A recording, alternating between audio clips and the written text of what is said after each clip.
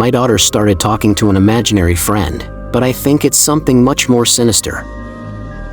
It all started when my daughter Emily began talking about her imaginary friend, Mr. Smile. At first, I didn't think much of it. Kids have imaginary friends all the time, right? But something about Mr. Smile made me uneasy. Emily would talk to him for hours, telling him secrets and laughing at his jokes.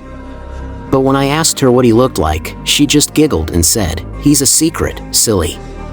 While tidying up Emily's room one day, I noticed something strange. A small, childlike handprint was on the wall, but the fingers were elongated, as though stretched. I couldn't shake the feeling that something was wrong. I tried to talk to Emily about Mr. Smile, but she just shrugged me off, saying that he was her friend and that he made her happy. But every time I saw that handprint on the wall, I couldn't help but feel like something was watching us. One night, I woke up to Emily talking in her sleep. I checked on her, and what I saw terrified me. She was sitting up in bed with her eyes open but wasn't awake. A translucent silhouette stood next to her, and I'm sure it was Mr. Smile. He was tall and thin, with a wide grin that seemed to stretch from ear to ear. But it wasn't just his appearance that frightened me, it was the feeling of dread that washed over me when I saw him. I reached out to wake Emily, but as soon as my hand touched her, Mr. Smile disappeared.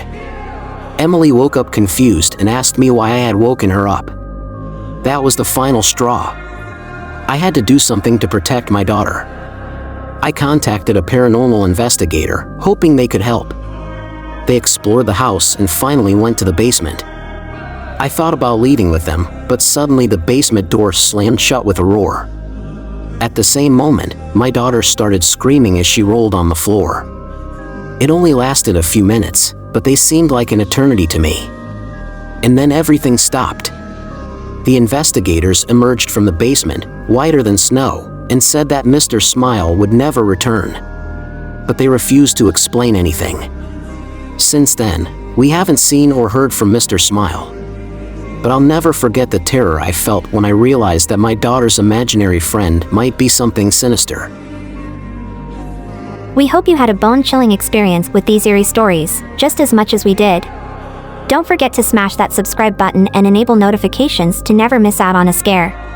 Thank you for watching, and stay tuned for more hair-raising content that will leave you spellbound.